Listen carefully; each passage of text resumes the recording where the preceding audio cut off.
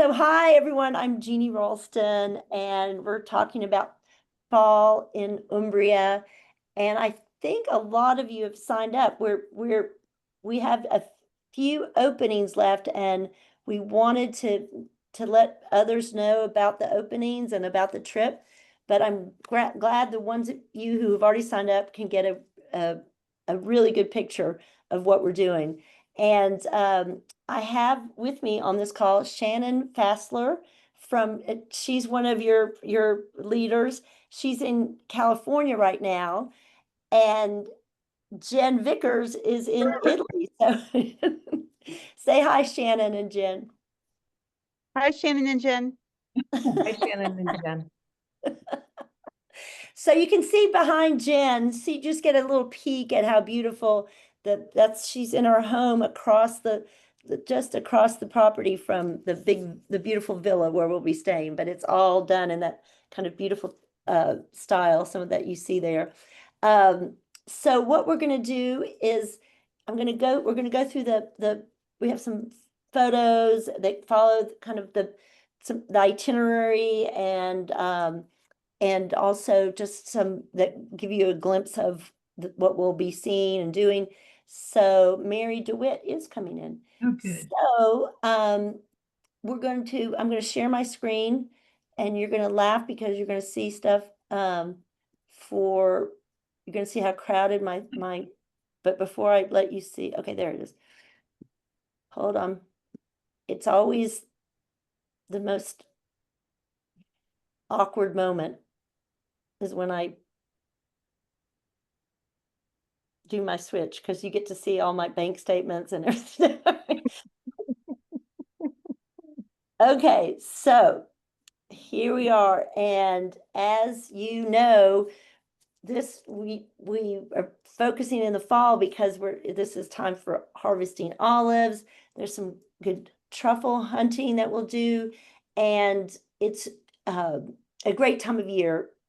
We do this in the spring, and people just love it. But we thought, well, there's so much to do in this area. Let's see if there's people want to come in the fall as well and do a whole different experience. So what we're doing on this trip is different than our spring trip, but just as exquisite. So Umbria, I don't know if this really shows you where it is, but it is near Tuscany. It's northeast of Rome, on the Tiber River, but I'm going to let the experts talk about this from now. So here's Jen and Shannon. They're going to be talking. I'm making things up, it seems like. But Jen is from Austin. I'm like, it's on the Tiber River. And then I'm like, you know what? I don't really know for sure if that. Right, it is. Oh, We're okay. 2.5 hours, just 2.5 hours straight north of Rome from on the Tiber River. Okay, good. Well, then all You of a look sudden I over the realized, Tiber River. all of a sudden I just realized that I might be saying something inaccurate. But Nope. Jen and her husband own the property where we'll be staying. They live on the same property in their own home that they fixed up. At this area where we're staying is a villa that they recently fixed up to rent out. So she knows the area. She's fluent in Italian. Take over, Jen. Okay, Jeannie. Yeah, so we have been here. We bought the property in 1998 before the euro. Oh. And then recently, well, actually it's not as recent now, but in 2019 added the villa that you guys will be staying in, which is well, two parts of it, but one is a 12th century church structure that was just added on to over the centuries. And we fixed that up, and now we have that building, which has 6 bedrooms, and an adjacent building across the lawn from that, where the picture is taken from that you see on the left, with another 4 bedrooms. So it's kind of a little complex and looks out over the valley, and our property is off to off to the side left there. And we'll be doing pretty early on because you're arriving right in the midst of harvest of the olives, which is my absolute, it's just a magical time for me. I get real choked up about it because it's really a wonderful experience. But we have olive trees all around our property, and we'll be picking olives for those who want. Not everybody has to if you don't want to. Harvesting the olives, bringing them down to the Frantoio, and you'll be able to see the Frantoio is the local mill where everybody brings. It's just chaos. It's madness down there with people bringing their olives down and getting slots for pressing, because as soon as you pick your olives, you want to press them. Basically, olive oil is fruit juice. And so we'll be doing that. We're also trying to work in, which I think is going to happen that same weekend, is a wonderful little festival, fall festival in a cute little town called Montone, which is right at the top of a hill. And they just turned the whole village into this little festival with food kiosks and crazy Renaissance dancing, and it's just a lovely little town. We'll also, am I doing what I'm supposed to be doing, Yeah, Jeannie? that's I'm okay. just Well, kind yeah, of going through the week. What do you want me to say? well, that's okay. You're doing great. But I just had this slide because remember what you said about the fall in Umbria being Oh, so great. So, well, yeah, I think the fall, we have been coming here since we bought the property in 1998. And we used to come at various different times. And then our daughters were born, and basically spent most of our time here in the summer. And then more recently, as our daughters have gotten older, have come back. And last year we came back to do the olive picking again. And we were like, what are we doing? This is just like, we need to be here now, not, I mean, the summer is great, but this is just a magical time. It's misty down in the valley, and so you kind of wake up and wait for the mist to rise up, and we're kind of in the clouds, and so it kind of rises up above us, and wait for the fog to rise, and sip our cappuccinos and slowly emerge into the day. And the towns are just not as crowded as they are during the summer. And so you just get a lot of the local feel. And you also really get, and I think Shannon and I really want to spend some time focusing on this during the week, is just there's a real sense of connection to the place and to the time and to the land, that I really particularly get at this time, because, one, there's the harvest of the olives, but there's also these fall festivals that focus on truffles and a sense of ritual and connection to what the harvesting and the earth is providing. And people are really tuned into that. And it's just kind of these things that have gone on for centuries. The woman who owns the olive mill now, who's running it, it's been in her family since the 1800s. And so wow. you just have this real sense of people being very connected to the seasons, connected to the time, connected to the land. And it's just a really, the colors are amazing, the light's amazing. You just sort of see these kind of mix I of gold like your and quote here. You see the bronze. quote. This is a quote from you. Oh, really? Oh, Yeah. good. Yeah, You're there you go. quotable. It's You're kind of nice. quotable. Thanks. Fall is the green golden land when late roses bloom, oak leaves pop amber and red, and the sun casts long shadows. I remember you wrote me this whole thing, and I was like, ah, Yeah, Jeannie, it's true. It's just kind of it's a really special time. I don't think you did that justice. Let me try. Okay, ready? oh, okay. Green golden land, when late roses bloom, oak leaves pop amber and red, and the sun casts long shadows. Yes, it sounds like poetry in your mouth, Shannon. Anyway, it's just, I re-fell in love with the fall here. We would come in the fall when the girls were young and our daughters were young, and hit that time of life when school dominated and didn't come back as much. And we're really, I mean, it was like 70 degrees during the day. It got cool at nights. You wear a jacket and a sweater.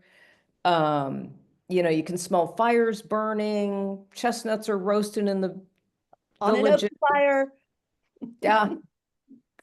Yeah. Anyway, I will stop.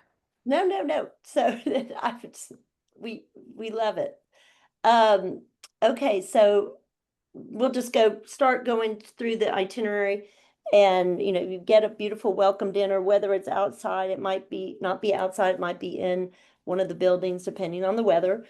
And then we can talk about you can describe how we'll start the first day with the watercolor. Yeah.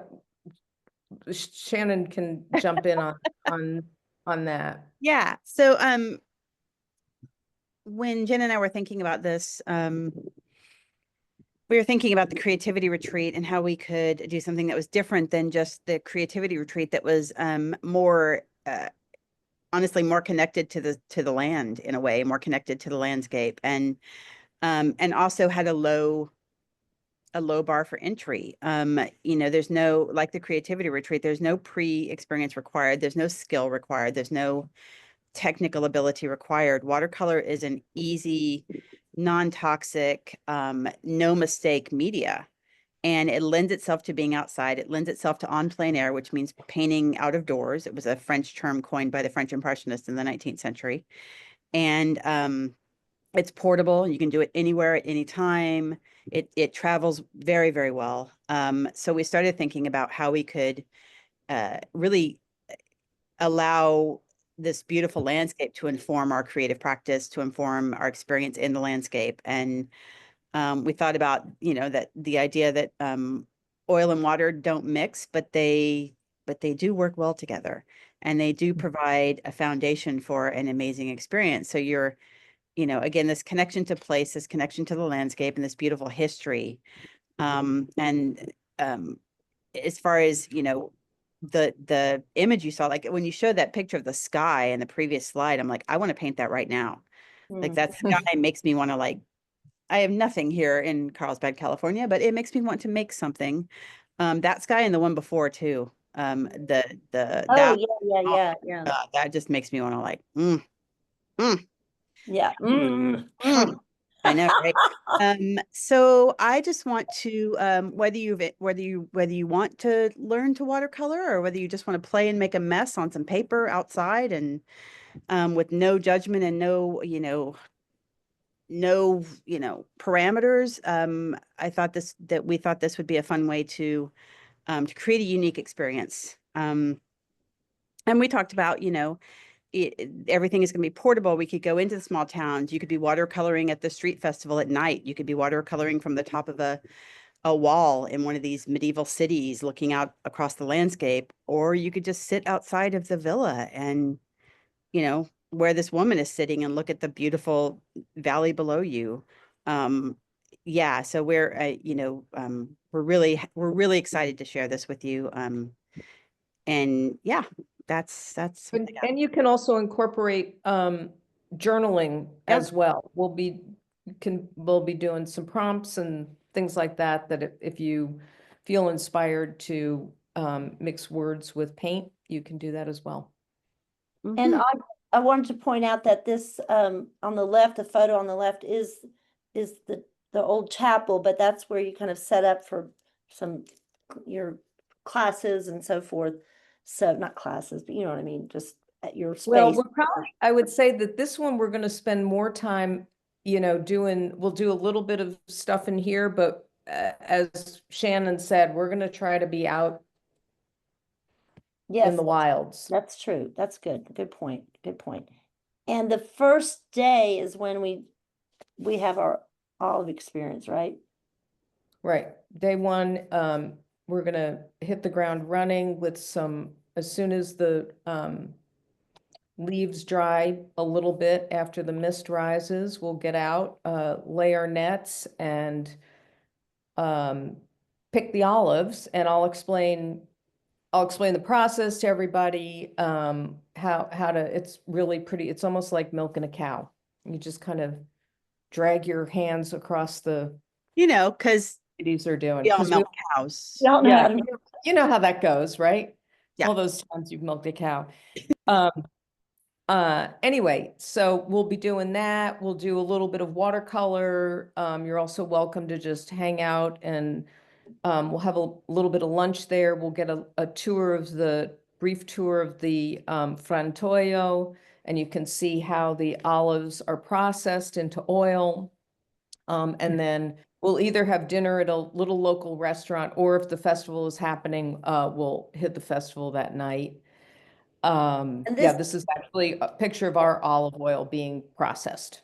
So, and what I love, and you talked about it, Jen, is that, you know, and you mentioned it just now, is also is that it's the same way they've done this on this small scale for just generations and generations. oh This- yeah. In the same place. So it's It's just the same place. She's very proud of herself that she is one of the first people in the valley to have modernized and gotten this super high-end centrifuge machine. But it is a really, when you get there, you're going to be like, oh my God. What? I mean, it's chaos, forklifts, people pulling up in their pickup trucks, and she's just this lovely little woman who's running around like a crazy trying to get all the olives processed, because everybody from the valley will bring their olives in, and everybody's picking around the same time, and everybody wants it done, and everybody's watching to make sure that their olives are getting pressed and that's their oil that's coming out the other end. So it's a really interesting, it's really fun, and to just see that and know that this place has been doing, they've been doing the same thing here for hundreds of years. just love that. And here's some of the harvest festival. I mean, I don't know if these are directly from the one that you're talking about, but just gives you a feel for Mm-hmm. local festivals, dancing.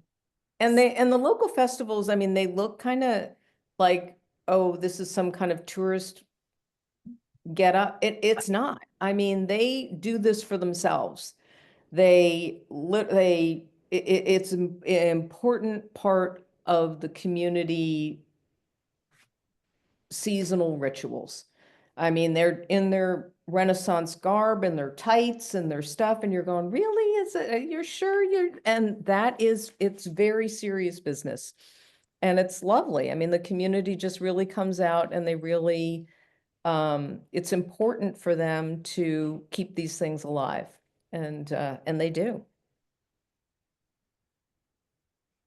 And I showed this because there's just so many nice little places around the villa, and we're gonna hear from Marcelina in a bit, who wrote a story recently, but she talked about that. It's just like, it's like you go here and there's this little nook, and here's a little overview, and there's a balcony, but there's just so, and we also want to make sure there's enough time for people to enjoy the villa because it is so special. So we always are balancing that with going out And and you're seeing what we're right. doing.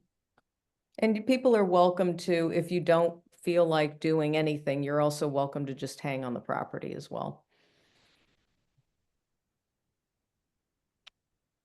There's So, plenty of walking trails and places where you can walk and keep yourself engaged or relax. yep. And Arezzo, that's an antique market, right? Didn't, Mm. Yeah. and I think that one of the pictures is not exactly from Arezzo, but anyway. No. Whoops. But that's, yeah, it's well, the picture on the left is actually Cortona, where we will be going as well. Yeah. And the upper right is the Vasari corridor in Arezzo. And Arezzo every month has a famous antique fair. And so this trip actually hits on that antique fair, and it's great. I mean, the whole city is filled with stalls, the piazza is filled with furniture and paintings, down to vintage. I just got a $250 Gucci bag this during the spring So at one of the Lori, stalls. pay close attention, Lori. You're going to want to bring an extra bag. Yeah. Lori, are you a shopper? Lori went with Shannon to Tuscany last year. That's I'm why. afraid Uh-oh. I Oh was a my bit God, of a stay away. shopper. Yes. This is scary. I'm thinking, okay, so what's shipping like? So I'm gonna be better though. And this is, I think we're not having yoga, but on the property because of, well, we get so busy, but I did want to show, she talked about walking, and there's all these walking trails, which are really fun to explore.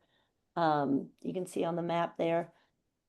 So, And this is the winery, that was, in the upper left was the, winery where we'll be, just in the base of the valley, which you can walk oh, yeah, down to. right. But it's, also where we're gonna be doing somewhere around, I don't know exactly where but they're hosting the truffle hunt, and then they will be doing a whole meal of truffles after the truffle hunt. Yeah. Oop. And speaking of food, we have this beautiful for every one we've done of these, we've had this great pasta making class with Rosa, who is beloved and a real firecracker. So, Yeah. so we will be making our own pasta and eating our own pasta for sure. And so, we're definitely going to go to Montefalco. Bavagna, we might not because we might have a little surprise. Well, Montefalco, I think, yeah, Oh, the whole thing. Bavagne and Montefalco is, both of those are up Yeah, or possibly we've got an opportunity to do a create your own paint workshop in Assisi with this amazing company, which does, well, Shannon, you should probably talk about their all natural Yeah, paints.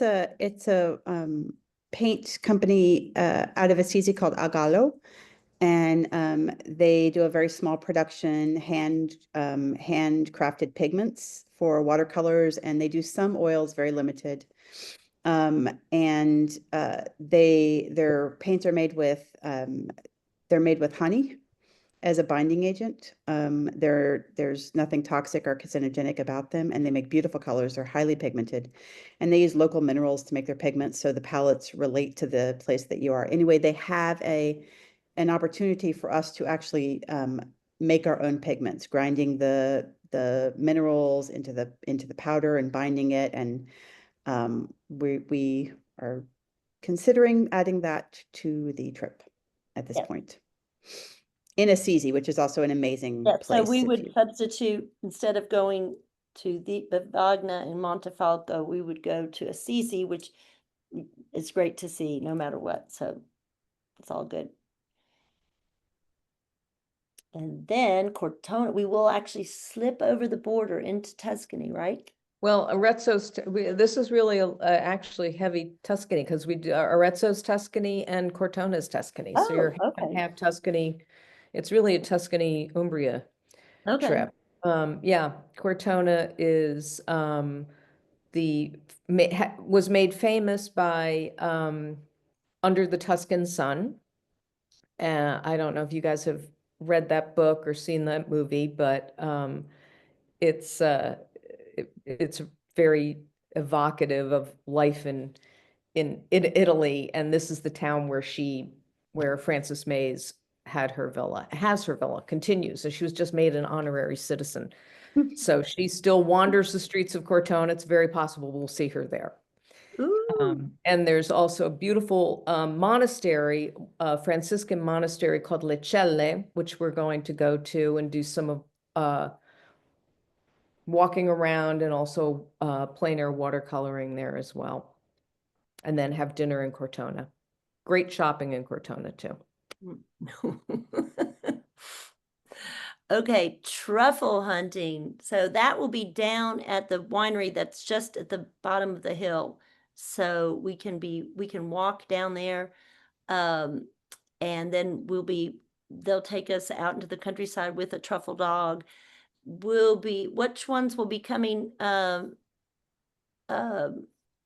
which ones will be out, the black truffles or the white truffles at that time of year? Black moving into white truffle season, but I don't think they're gonna take you white truffle. I mean, I don't know what they're gonna do because those white truffles are seriously precious. I don't know that they show anybody how to pick a white truffle. Oh, okay, black truffles. We'll be doing black truffles.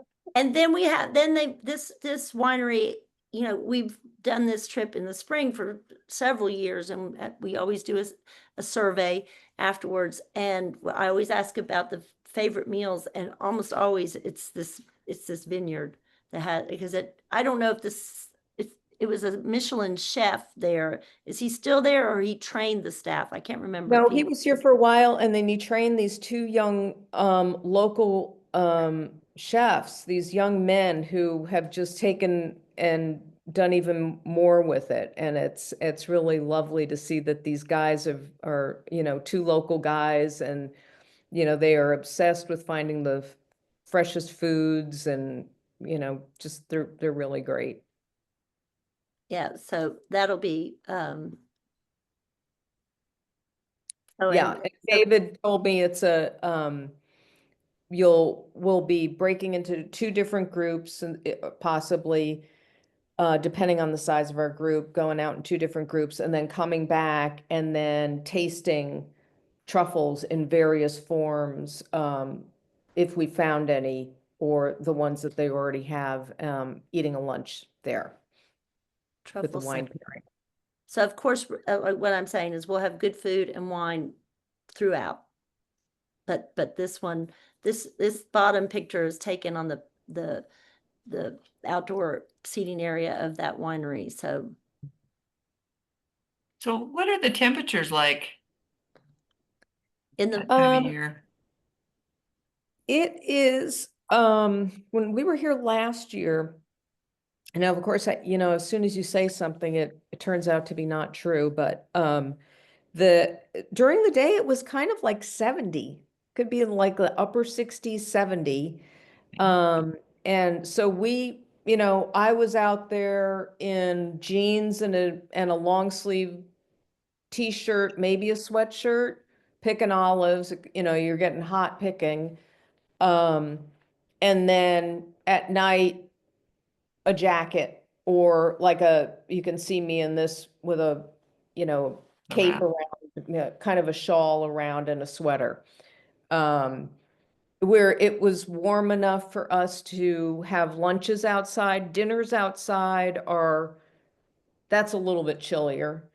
So probably we'll be eating dinners mostly inside, but you never know. But lunches, afternoon cafes, sitting outside, it's really lovely. I mean, when the sun's shining, it's really beautiful.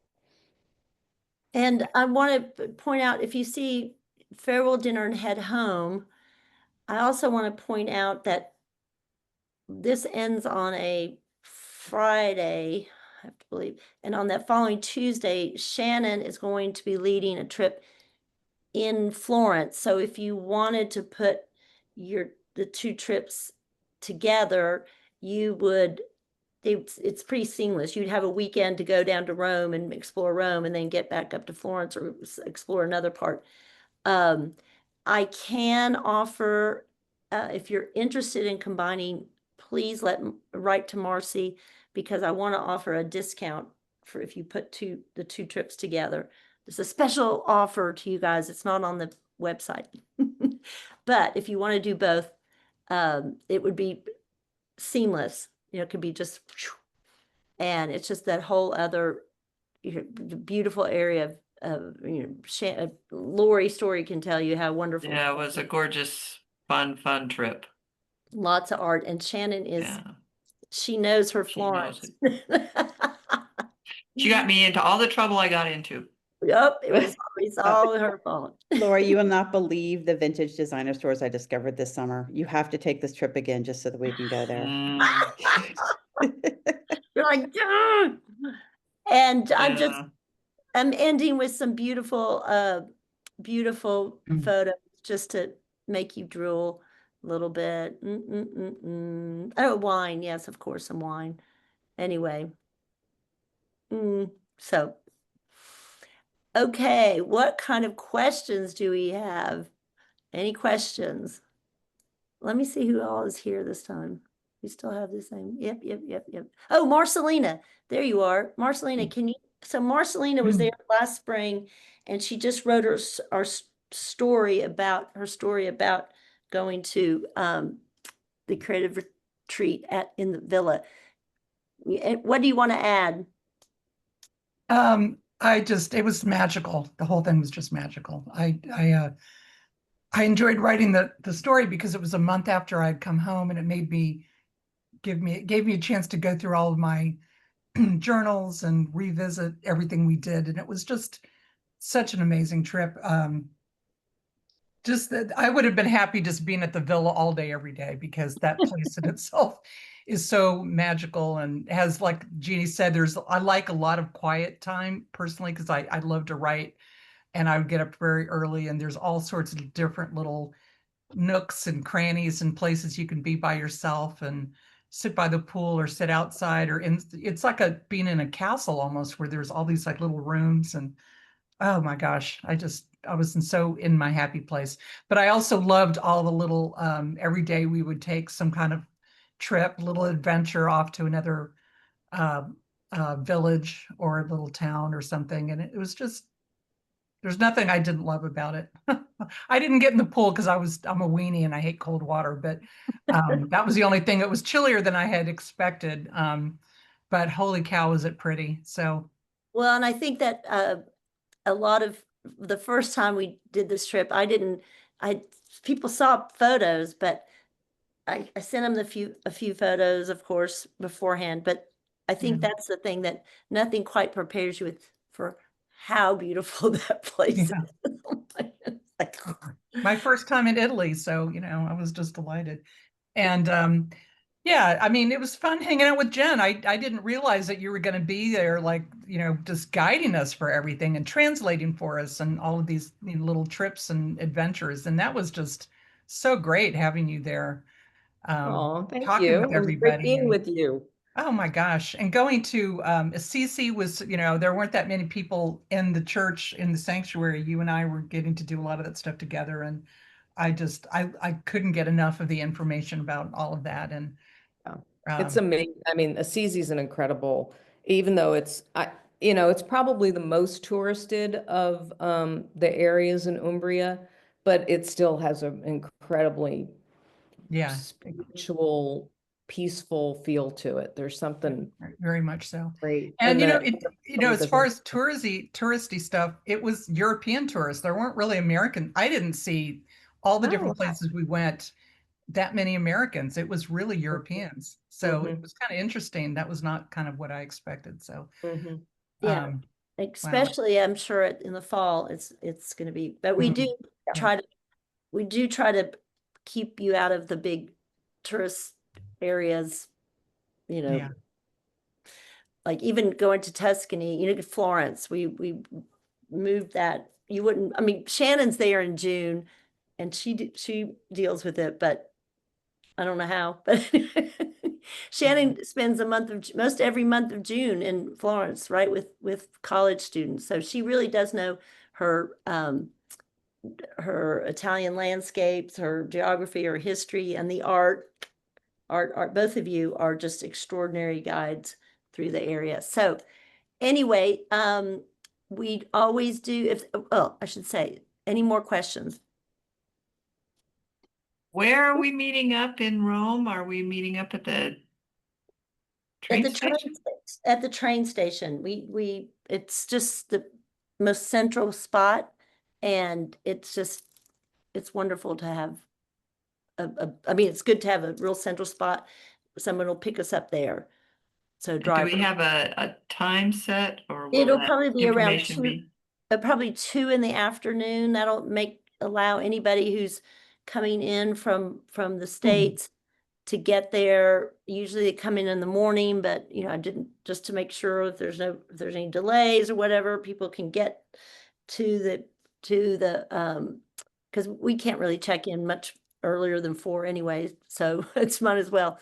And if some people come early and do their own trip in Rome, and you know, we can give you some information about Rome, but it's really, you know, it's not the kind of place that we specialize in, just because you can probably find a lot. You don't need us to do Rome. Plus, I'm It's- happy to give you any suggestions on Rome also. he's good.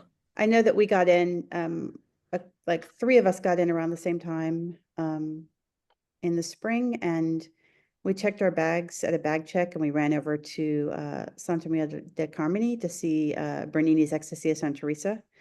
And it was a 10-minute walk, and we had plenty of time to do it. There's things near the train stations, the Diocletian baths and stuff that you can easily get to that are free. And, we paid $7 to hold our bag. So I'm happy to give you information about that. Or if you're staying in Rome longer, I'm happy to talk to you about stuff you might want to do in Rome.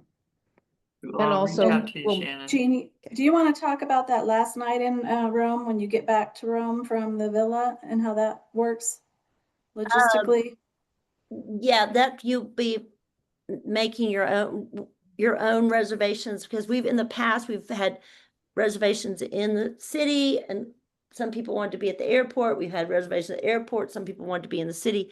So it really is, we're leaving it up to you for that last night where you want to be. We can recommend places, but we will be taking the vans will drop you again off at the main train station, and you can either get to, or if everyone's staying at a similar hotel, drop it off at a hotel, and then at the train station, you can get a train to the airport if you decide to stay at an airport hotel. What time should they, if they do want to just end the trip that day and not stay in Rome, what's a safe time to get a flight out If, of Rome? won't make it.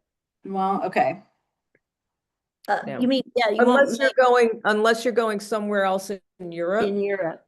The vans leave here at 10, and We stop in know, Cody. yeah, and then it's really designed to kind of get you into Rome later on in the afternoon. And mostly all the flights that go back to the States are earlier. Okay. Yeah. So, but we have had people go on to London or whatever, and they Yeah. get a later flight. So, and if you decide to go to Florence and Tuscany with Shannon, you can, go another way. I mean, you might not even be going back to Rome. So, And I just want to pitch for places other than there are so many wonderful cities to see, and the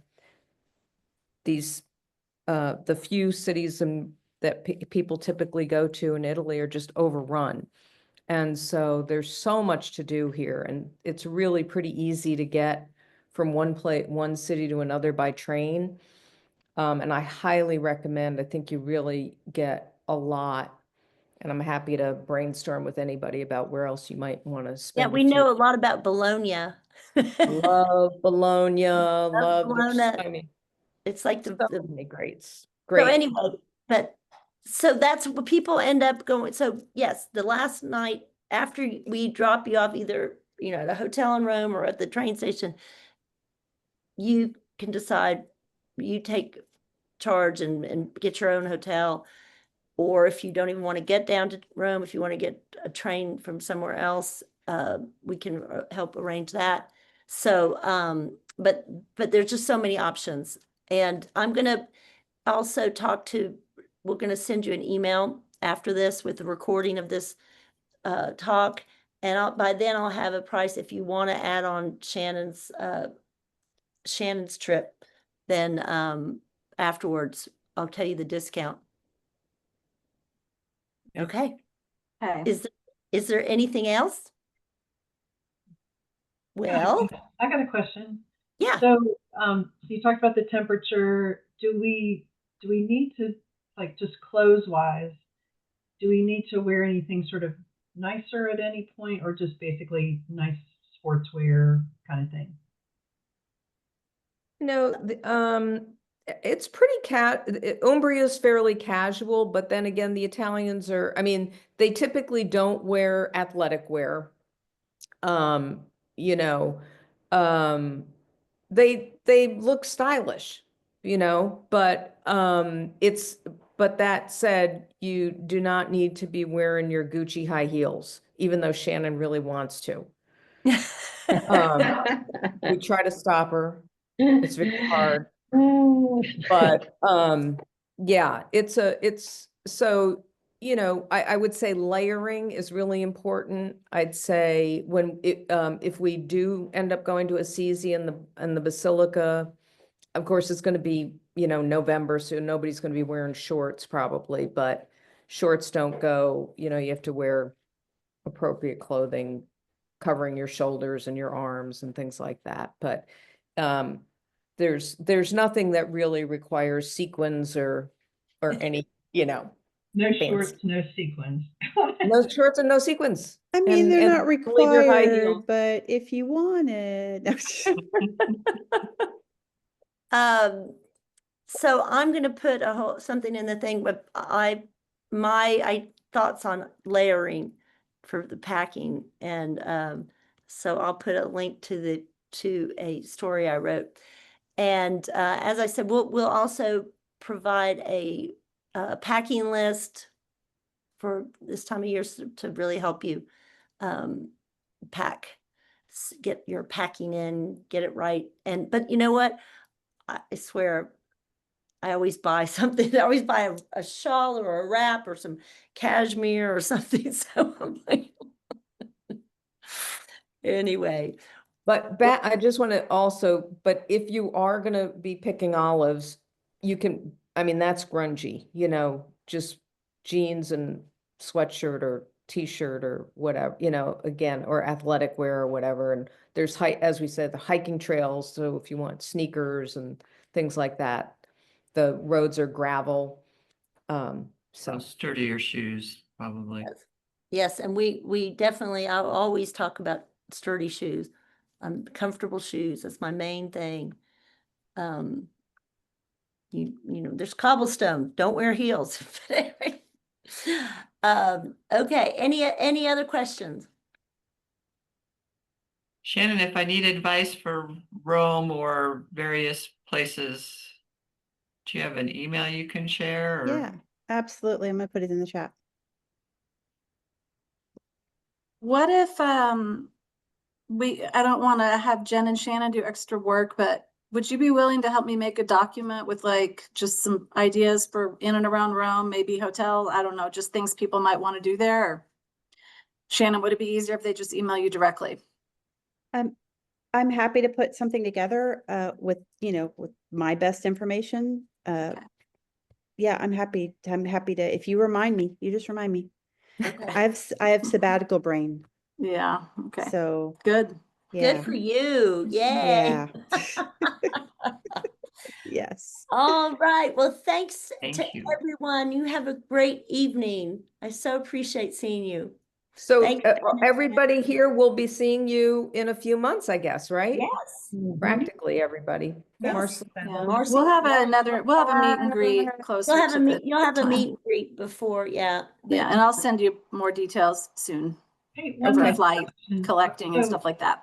One last question. So we have enough people to do the trip, even though there's still Yes, slots. yeah, we're doing the trip, yeah, but Okay. yeah. So we could go ahead and We'd do. love to tell your friends to Yeah, come. we have a friend. Yeah. It's So- going to be really lovely. It's a beautiful time to be here. I think you won't be disappointed. I think that Jen and I really can't wait to share it with you, and yeah, you will not be disappointed. Yeah, that's the safe bet there. Yes. All right, everyone, thanks so much. Buonanotte. Bye. Thank you. Bye-bye.